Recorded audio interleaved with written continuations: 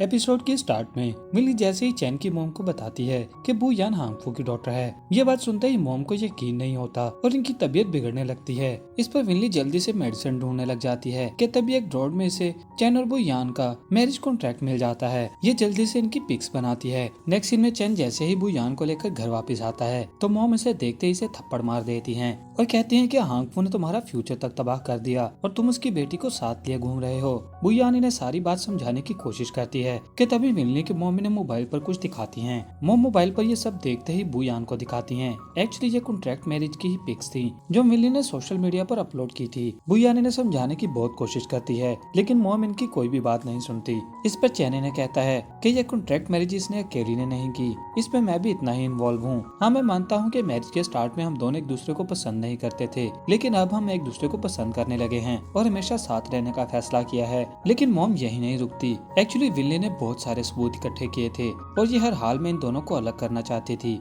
इसने बुयान की pregnancy report मोम को दी हुई थी। मोम इन्हें दिखाकर पूछती हैं कि ये किसका बच्चा कैरी कर रही है। चैन को ये देखकर शौक लगता है। ये मोम से पूछता है कि आपको ये किसने दिया।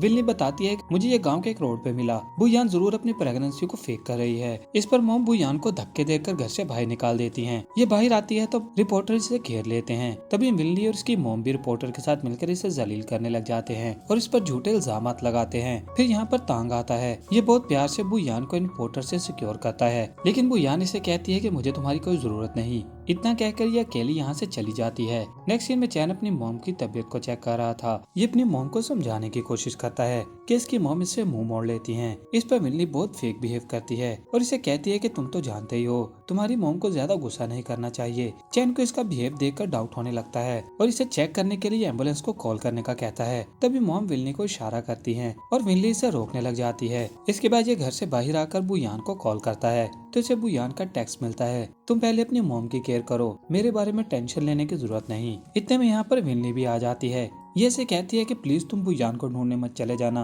चैन इसे स्ट्रेट फॉरवर्ड पूछता है कि सच सच बताओ कि मेरी मोम तबीयत खराब होने का ड्रामा कर रही थी ना, तुमने और मोम ने मिलकर ये सब कुछ जानबूझकर किया। इस पर विल्ली थोड़ा सा हेजिटेट हो जाती है। फिर विल्ली से एक्सक्यूज देती है कि मैं तो तुम्हारा भला ही कर रही थी, इसलिए मैंने कॉन्ट्रैक्ट की पिक्स को नेट पर अपलोड कर दिया ताकि वो तुम्हें धोखा न दे सके। इस पर चैन गुस्से से इसे वार्न करता है कि मेरे मामला से थोड़ा सा दूर ही रहना। इतना कहकर ये यहाँ से चला जाता है। यह तांग बुयान को आकर रोकता है और इसे अपने साथ चलने के लिए कहता है। बुयान कहती है कि मुझे तो तुम पर यकीन नहीं हो रहा, तुम इतनी गिरी हुई हरकत कैसे कर सकते हो। तांग कहता है कि मैंने तुमसे प्रॉमिस किया था शेंग का बोन मैरो ढूंढने के लिए मैं तुम्हारी हर मुमकिन कोशिश करूंगा। बुयान कहती है कि चैन उन बच्चों का बाप है, अगर मैं उसके साथ हूँ तो इसमें गलत क्या है। फिर ये से कहती है कि मैं अच्छे से जानती हूँ कि तुम्हें मुझे खोने का कोई डर नहीं, तुम अपने जिस लॉस को लेकर डरे हुए हो वो बात तुम और मैं दोनों जानते हैं। तांग कहता है कि क्या तुम मुझे ऐसा समझती हो। अब ये टेस्ट करने के लिए बुयान के दिल में इसके लिए कोई फीलिंग्स है या नहीं। ये इसे किस करने की कोशिश करता है लेकिन बुयान इसे कोई रिस्पॉन्स नहीं देती। ये देखकर तांग को समझ आ जाती है कि बुयान इसके बारे में बिल्कुल नहीं सोचती। बुयान इसे अकेला छोड़कर चली जाती है तो तांग इसे देखकर तय कर लेता है कि ये इस बार बुयान को हरगिज नहीं जाने देगा। नेक्स्ट सीन में बुयान अपनी फ्रेंड के पास आती है और इसे कहती है कि इसे प्रूफ ढूंढने में इसकी हेल्प चाहिए। अब सारी रात कोशिश करने के बाद अर्ली मॉर्निंग में बुयान को एक क्लू मिलता है। ये चैन के कोच जाओ से मिलने का फैसला करती है। नेक्स्ट सीन में जाओ आकर अपनी गाड़ी में बैठता है तो बुयान भी आकर इसकी पिछली सीट पर बैठ जाती है और इसे पैसों का भरा हुआ बैग दिखाते हुए कहती है कि ये जियांग के दिए हुए पैसों से बहुत ज्यादा है। जाओ कहता है कि मैं नहीं जानता तुम किस बारे में बात कर रही हो। इस पर बुयान इसे डराने की कोशिश करती है कि आजकल जियांग तुमसे ज्यादातर रिलेटेड नहीं है, इसका मतलब है कि तुम उसकी नजरों में फारिग हो चुके हो, वो तुम्हें रिटायर कर देगा और तुम्हें अपनी बाकी की जिंदगी उसके पीछे पीछे घूमते गुजारनी पड़ेगी। इस पर जाओ कहता है कि अगर मैंने उसके साथ बिट्रे करने की कोशिश की तो वो मेरी सारी जिंदगी को तबाह करके रख देगा। बुयान इसे कहती है कि मुझे 6 साल पहले चैन की फिक्सिंग्स की रिपोर्ट चाहिए। इस पर जाओ इसे गुस्से से कहता है कि मुझे तुम्हारे पैसे नहीं चाहिए, तुम जाओ यहाँ से। बुयान कहती है कि ये जितने पैसे देख रहे हो ये तो सिर्फ डिपॉजिट हैं, एक्चुअल कीमत इससे भी 10 गुना ज्यादा है। वैसे भी तुमसे मिलने के लिए मेरी कार के डैश कैम में तुम्हारी फुटेज सेव हो चुकी है और अगर ये वीडियो लीक हो गई तो जियांग वैसे भी तुम्हें नहीं छोड़ेगा। जाओ बुरी तरह से फंस चुका था इसलिए इसे कहता है कि मैं तुम्हारी हेल्प करूंगा। अब बुयान को सारे प्रूफ मिले पर ये सब कुछ लीक कर देती है और रिपोर्टर सीधा जियांग को घेर लेते हैं। जियांग इनसे जान छुड़वाते हुए सीधा अपनी कार में आकर बैठता है। इसे बुयान पर काफी गुस्सा आ रहा था। यहाँ घर पर बुयान और चैन दोनों सोफा पर बैठे इन रिपोर्ट्स को देख रहे थे। कुछ ही देर में दोनों बच्चे भी आ जाते हैं। ये आते ही चैन को देखकर इसकी गोद में चढ़ जाते हैं। बच्चों को चैन के साथ इतना क्लोजली खेलते हुए देखकर शिया बू से कहती है कि ब्लड रिलेशन कितना स्ट्रॉन्ग होता है। बुयान भी इन्हें इतना क्लोज देखकर काफी खुश थी।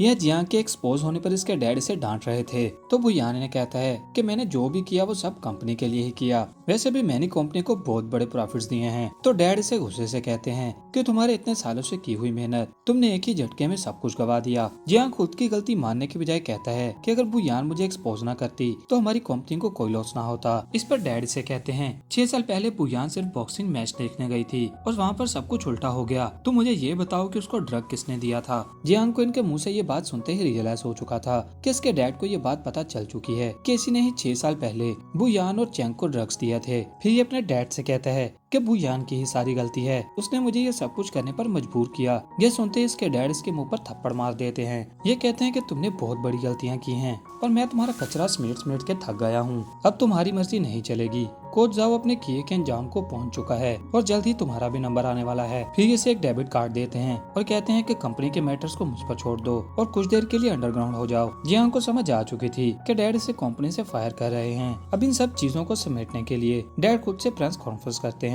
मॉम भी घर पे इनकी प्रेस कॉन्फ्रेंस सुनती हैं। मॉम जब हांगफू का चेहरा गौर से देखती हैं तो इन्हें अपना पास्ट याद आता है। जब ये यंग हुआ करती थी, ये अपने हस्बैंड से बात कर रही थी कि हमारा बेटा अभी छोटा है, हमारे पास जो पैसे बचे हैं हमें उन्हें अपने बेटे की स्टडी के लिए रखना चाहिए। तो इनके हस्बैंड इन्हें कहते हैं कि हांगफू काफी काइंड पर्सन है, वो मेरा बहुत क्लोज फ्रेंड है, मैं अपने पैसे उसकी कंपनी में इन्वेस्ट करूंगा, तुम फिक्र मत करो, मैं जल्दी अपने पैसे लेकर वापस भी आ जाऊंगा। फिर नेक्स्ट सीन में रोड के किनारे कुछ लोग खड़े किस डेड बॉडी को देख रहे थे। मॉम जब ये आकर देखती हैं तो उन्हें देखते ही पता चल गया था कि ये इनके हस्बैंड की ही डेड बॉडी है। ये सब याद आने पर मॉम बहुत हर्ट हो जाती हैं। तभी यहाँ पर चैन बुयान को लेकर घर आता है। बुयान मॉम से बात करने की कोशिश करती है तो मॉम इसे गुस्से से धक्का देकर दूर करती हैं। चैन ने कहता है कि सब कुछ रिवील हो चुका है, मेरे साथ जो भी स्कैम हुआ था वो आप देख चुकी हैं, इसे क्लियर करने में बुयान ने ही मेरी हेल्प की है। मॉम कहती है कि इसने तुम्हारी हेल्प की या नहीं मुझे कोई फर्क नहीं पड़ता। इतना कहते ही मॉम की तबीयत काफी बिगड़ जाती है। ये दोनों जल्दी से मॉम को लेकर हॉस्पिटल आ जाते हैं। चेकअप के बाद डॉक्टर आकर चैन को बताते हैं कि आपकी मॉम की कंडीशन काफी क्रिटिकल है,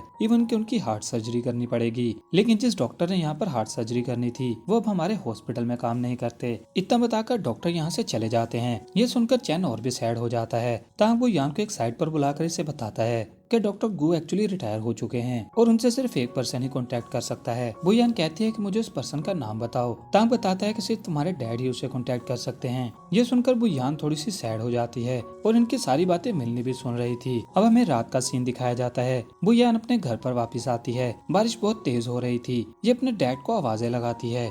इसके डैड विंडो से खड़े सब देख रहे थे लेकिन कोई रिस्पॉन्स नहीं करते। तांग भी इनके पास ही खड़ा था। फिर हमें पास्ट का एक सीन दिखाया जाता है। एक्चुअली इसने बुयान से बात करने के बाद बुयान के डैड से भी बात की थी और इन्हें बता दिया था कि जिस डॉक्टर की ये हेल्प चाहते हैं वो मेरा टीचर है। अब प्रेजेंट में तांग इनसे कहता है कि मैं जानता हूँ कि आप इतने सालों से अपनी बेटी को भूल नहीं पाए, इसलिए मैं आप दोनों के रिलेशन को दोबारा से हेल्दी करने के लिए हेल्प करना चाहता हूँ। वैसे भी इस वक्त आपकी कंपनी की हालत ठीक नहीं, अगर आप चैन की फैमिली की हेल्प करते हैं तो ये आपके लिए बेनिफिट साबित हो सकता है। और फिर इसके बाद मैं अपनी फैमिली को इसमें इंट्रोड्यूस करवाऊंगा ताकि वो आपके किए हुए नुकसान के गैप को फिल कर सके। डैड को इसकी बात समझ आ चुकी थी। तांग बहुत बड़ी गेम खेल रहा था। डैडी से पूछते हैं कि ये सब करने के बाद तुम्हें क्या चाहिए, तो ये कहता है कि इतने सालों में मैं बुयान को भूल नहीं पाया और अब मैं उसे ऐसे स्कैम्स में फंसा हुआ नहीं देख सकता। डैड कहते हैं कि कहना क्या चाहते हो, तो तांग इन्हें बता देता है 6 साल पहले आपने जिस बॉक्सर को बैन किया था वो चैन ही था। और इसी सीन के साथ इस एपिसोड का एंड हो जाता है।